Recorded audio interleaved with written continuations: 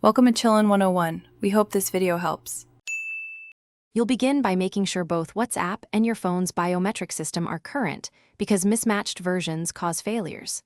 Once updated, enable fingerprints or Face ID in your phone's system settings so WhatsApp can call the OS prompt.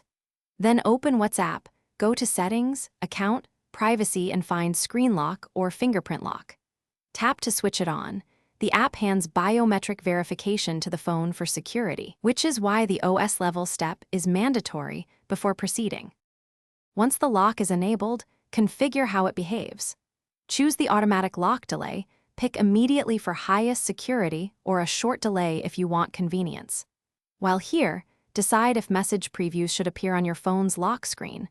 Hiding previews prevents sensitive snippets from showing. Make sure the fingerprints or Face ID entries you'll use are registered in system settings. Add an alternate finger if needed. Doing this ensures reliable unlocks and predictable app behavior in daily use. To finish, test the lock. Exit WhatsApp, lock the device, and reopen to confirm the biometric prompt appears and unlocks chats.